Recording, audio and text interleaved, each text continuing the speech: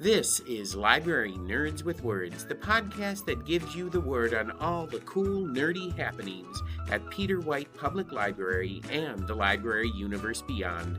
From books and concerts to search engines and story times, the library nerds are in and ready to show you that being a nerd can be cool. Get ready, get set, get nerdy.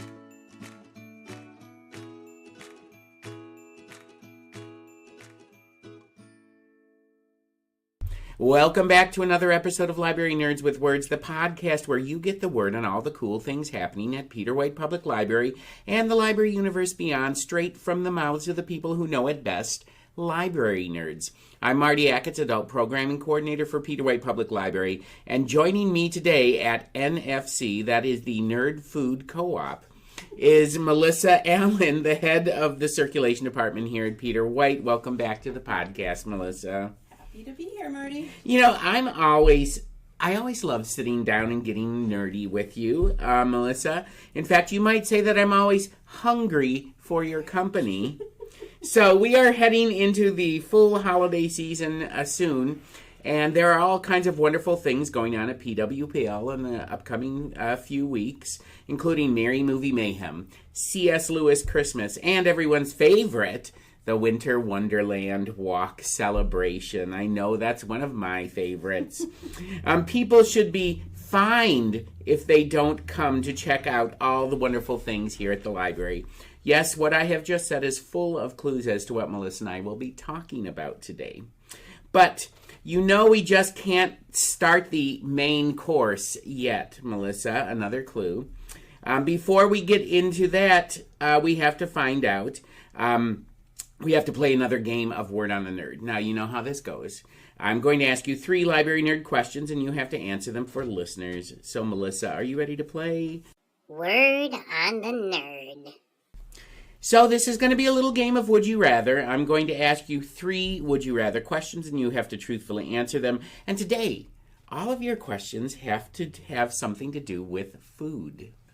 All right. So, here's your first question.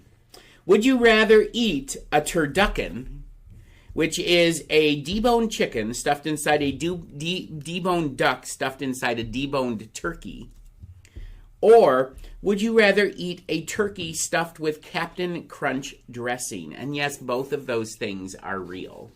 Oh, man. Give me the Captain Crunch dressing. The Captain Crunch dressing? It sounds weird enough that it might actually be really good. Well, I would think it would have like a peanutty taste to it, so it might not be bad.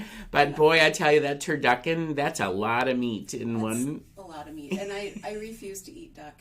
Oh, okay. Yeah, so my version or vision of heaven would be sitting at a pond watching ducks. Ducks? I love ducks. You love ducks, okay. I don't know what it is. They're just so, like, cute and, like, helpless. And I love ducks, too. I have never had a turducken. It sounds disgusting to me. Yeah. It absolutely sounds... I could think of a tuckin, which is a turkey and a chicken. I can do those together. That would be fine. Yeah. Yeah, but a duck, no. And I even have problems with geese and eating goose because goose is just very greasy. And it's gross. Yeah. So anyway. Don't even get me started on foie gras. I will get all peed up in here. All right. Well, as you know, the questions may get a little harder from here. So here we go. Here's your second question. Would you rather, and these are all true, would you rather eat a ham banana casserole, which is a casserole consisting of banana, ham, cream, and cheese, or would you rather eat tipsy turkey, which is a turkey soaked in 100 proof vodka? Bring on the vodka. Bring on the vodka. I am totally with you on that one. I'm born and raised Midwest, so you would think like any kind of creamy casserole would be part of my DNA. Yeah. But no. No, I saw a picture of it. It looks absolutely as disgusting as it sounds. Man, so, I don't know how people come up with these things. It's like coming up with an idea. What can I do? I've got bananas, I've got ham, I've got cream, and I've got cheese. Let's make a casserole. I guarantee that is like in some cookbook from like the 1950s. I guarantee it. And it's all about how, the woman like gathers all the ingredients and she cooks this delicious, nutritious meal for her family. And it's just full of like gender tropes and weird things. I'm on a bit of a kick today, as you'll see later. I look forward to it. Just imagine this like Betty Crocker type cookbook. It's absolutely like the bananas. Literally, there's like a bed of cream and cheese, and then you have the bananas that are cooked and wrapped in ham. Oh no! And like drizzled with the cheese and cream sauce. It's not pleasant and then looking. You bake the whole thing. You bake the whole thing. No, it's just right. There's something wrong with that. Okay, I agree with you. I've agreed with you so far and everything. So here's your final question. This might be the most difficult. Oh, boy. Would you rather eat a spam bird for Thanksgiving? Again, that's a real thing. Or would you rather eat greens and cheese stuffed pumpkin? Again, that's a real thing.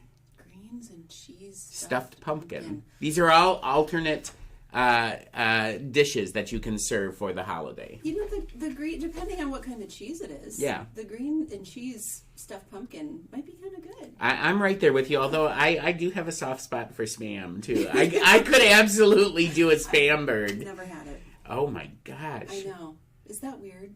Oh, my gosh. You live in I tell you, if you ever travel to Hawaii, Yeah. you cannot get away from that place without having spam. It's like the state meat, Well, as if I needed a reason to go to Hawaii now. That's true. I mean, honestly, you go, it's like a breakfast bar, and there's fruit, and there's all those lovely things, and there's a whole big plate of cooked spam, and I'm like, that's interesting. Okay. So, Hot tip. all right. Well, I would go with the pumpkin as well. That sounds actually not so bad. If it was like maybe like a blue cheese. Yeah. Or like something kind of interesting. Something, yeah. I mean, it doesn't sound offensive. Yeah. Yes. All right. Well, there you go. I thought those questions were going to be a little harder for you, but anyway, we have come to the end of that culinary edition of Word on the Nerd. This time with Melissa Allen, the head of the circulation department here at Peter White Public Library. And the time has come to find out what is on your mind today, Melissa. Again, that is the last clue, and it was the worst clue. So why don't you share with us the word? All right, Melissa, what is on your mind today? Well, we are in the midst of our annual Food for Fines program, which is always super neat. So we are a TV6 Canathon drop-off site. So that is part of this, but you don't have to participate in Food for Fines in order to drop off food donations. We have a table set up down on the main floor in the lobby, and anyone is welcome to bring in food donations, and it all goes to the TV6 Canathon. But to incentivize people, because everybody loves to be incentivized. Yes, that's right. We are all like just chasing carrots dangling on sticks. We're offering Food for Fines. So we do this every November, where you can bring in canned items to remove overdue fines from your account. Wow. Yeah. So we usually will see. So our overdue fines are 10 cents a day. Okay, it's not a lot. It's not a lot. It's not a lot. And they max out. If you don't bring an item back within 6 weeks, it does get marked as lost, and then you're charged for the lost item. So the max overdue fine you're going to get is, I think, less than $5. Right. So say you had $5 on your account in overdue fines, and the overdue fines will be forgiven if you bring us 5 canned items. Wow. So every canned item or non-perishable item is worth $1 to take off your account. And it is only for overdue fines. We can't forgive lost items, damaged items, things like that. It's just overdue fines. So if you lost a book that's worth $25, you can't bring in 25 canned items and say, here you go. No, unfortunately, because we do have to repurchase those items, so it is a hard cost for the library. Whereas the overdue fines, we have some wiggle room on. So yeah, I think last year we ended up, we forgave, I did the math last year, I don't remember what it was, but it was a substantial amount of money in overdue fines, and people feel really good. We do have some patrons who take their overdue fines very seriously. They bring their item to the counter and say, please check this in to generate the fine because I'm going to pay it right now. Yeah. And this, they kind of loosen up this month and, say, well, I'm going to bring in food. Yeah, I'll bring my instead. canned goods. So it feels good. It feels good for the patrons. It's a way for the library to contribute. Now here's the way my mind works. Okay, you're going to love this. Okay, Even if I don't have any fines, if I want, credit for fines, you bring in, 10 hand items. No, then you don't get, a $10 credit, and so you can keep a book like that? No? No, I mean, for all those planners out there who... no, we don't do credit. Okay. It's only for fines you actually have. I mean, I'm just not asking for myself because I don't get fines. I can keep books for a very long time. Right. And they have been marked as lost, and I say, no, I still have them. It's actually right here. It's right here. Yeah, I mean, it's a great way to not only take care of fines, and I know there's people out there that are very diligent about bringing books back and everything, but it's also giving back to the community. And, I wish that we had a canathon all year long because, yes, we are very aware of it during the holidays, but people are hungry all year long. So people, yes, bring the canned goods here so that we can get this to the canathon, but also keep in mind that you can continue to support homeless people and the Warming Center and Jansen House all year long by bringing food items to them in any way, shape, or form. They are always more than happy to accept those things. I was going to say, to add on to that, I just got the newsletter from the Women's Center from the Harbor House, and they have it listed as one of their needs. They need non-perishable items. Non-perishable items. So the need is always there. It's just at this time of the year, or as Charles Dickens said, is this time of the rolling year, we are much more aware of that kind of thing. But, bring in your canned goods to the library, get your fines erased, and that all goes to a good cause. But also keep in mind that that hunger does not disappear after December 25th. It just stays. Yeah. So lots of great places that need your help this time of year and all year long. Yeah, and if people are, if they have some lost item charges on their account and they're feeling uncomfortable coming into the library, please don't. Yeah. You're still welcome to be here. We don't check anything when you walk in the door. Yeah, so your picture is not on the wall. No. And we work with people on setting up payment plans. We're like, just stop by whenever you can. Just, right. Work on paying it down. So I really want to get that message out there too, because it's not just about overdue fines for some people. Yeah. But we are willing to work with people. So come talk to me. Ask for Melissa at the desk. and you know what? She'll probably give you some chocolate or something if you come in and talk. I like treats. I can vouch for that. I take at least a few swings by circulation every day just to see what Melissa has brought in. So, but yeah, I mean, there's no reason not to come to Peter White Public Library at all. So anyway, keep that in mind. So there you go, fellow library nerds. That's the word from Circulation Director Melissa Allen on food for fines here at Peter White Public Library. But before I let you leave Nerd Obel, get it, Taco Bell, Nerd Obel, Melissa, you have to do one more thing. You have to share with listeners what you've been reading recently, a book you think that everyone should run out to the library and pick up off the shelf. All right, Melissa, what book would you like to recommend today? I am in the middle of a great nonfiction book called If You Can't Take the Heat. Okay. Tales of Food, Feminism, and Fury. Ooh. Geraldine DeRuiter is, she is a writer and food enthusiast. She's got a blog called The Everywhereist, and I love that. Yeah, she's won a lot of awards for her writing, and she's written for magazines and things like that. So I think this is her second book. And at first I thought she was a chef. I was like, oh, this is, the tales of, being in the kitchen. And it's actually not. She makes the joke that her husband actually cooks more than she does. Oh. So this is kind of part autobiography, part commentary on our society through the lens of food. So she talks about like growing up with her parents were separated, and her father lived overseas, but they corresponded quite a bit. But he would not really tell her anything. It was all like about the weather, and they'd be writing back and forth. And she's not even 100% sure, but she's pretty sure her father was a spy. Oh, that's interesting. Yeah. So, like during the war, so during World War II. So she has, all of these ideas about her father, but she's never really able to confirm things because he won't answer questions. But it's all distilled down in his the recipe that he would use to make beef stroganoff. So she talks about the history of beef stroganoff, how it came kind of out of a Slavic Russian tradition. Yeah. How like it started incorporating more like cream-based sauces versus like a tomato-based sauce. And like how the steak was cooked and kind of what order and what's cooked with what.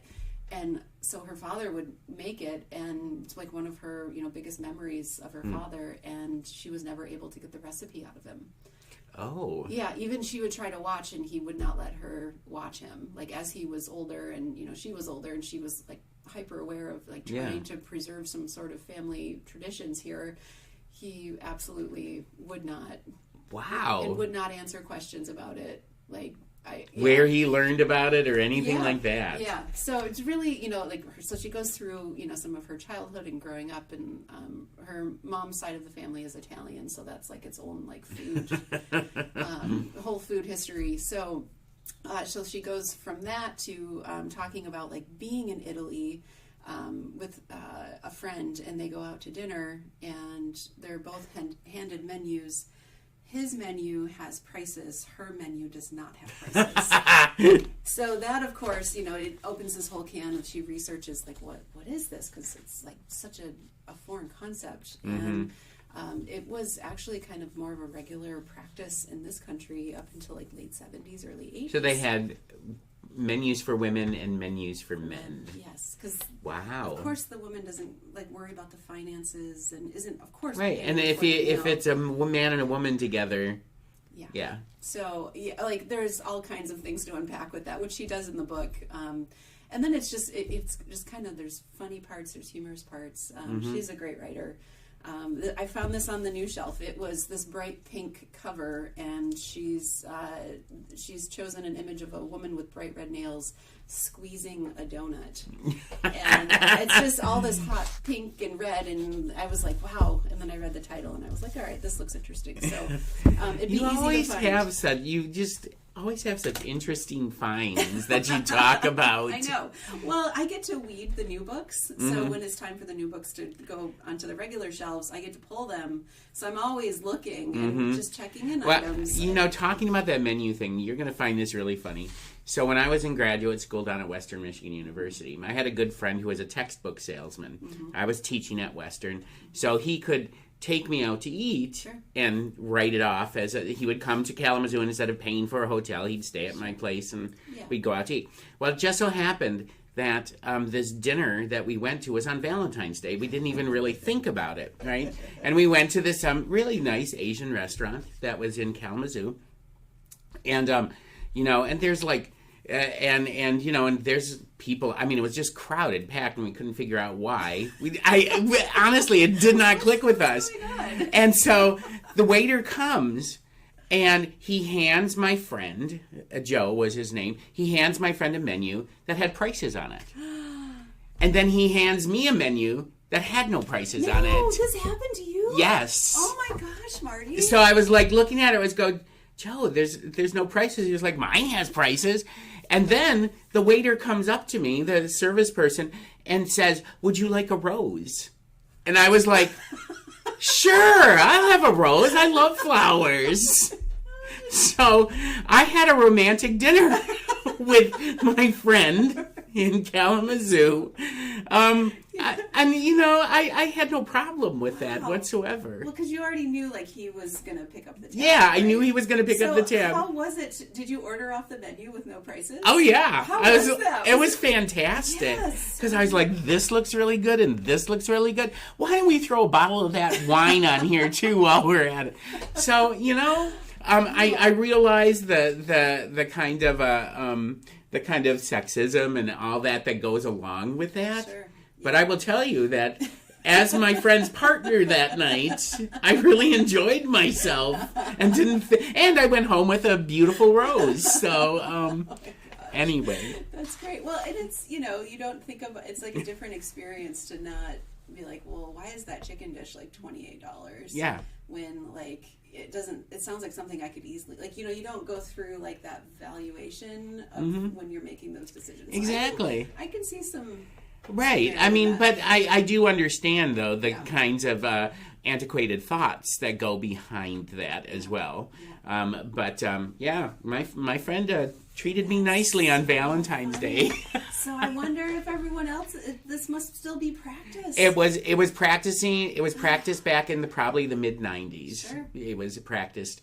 And maybe it was just a very old restaurant, or maybe the owners of the restaurant were very traditional. I have no idea. Yeah. Wow. But I got a free dinner and a bottle of wine and a rose out of it. So, all right. Well, there you go. That's Melissa's recommendation of a book that you should run to the library and pick up off the shelf. And we have come to the end of this week's Food for Fines episode of Library Nerds with Words. I want to thank Melissa Allen, the head of the Circulation Department at Peter White Public Library, for stopping by the Nerd Kitchen today. Come back next week when that dynamic movie duo, Ben and Amanda, will be joining me to talk about movies that we are thankful for. So until that time, everyone, stay nerdy. Thank you for listening to Library Nerds with Words, Peter White Public Library's weekly podcast, giving you the word on what's cool at the library.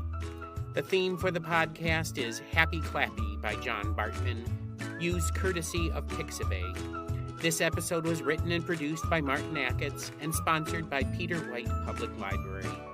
Until next week, pick up a good book, listen to some good music, watch a good movie, attend a great event, and remember, library nerds are the coolest people around.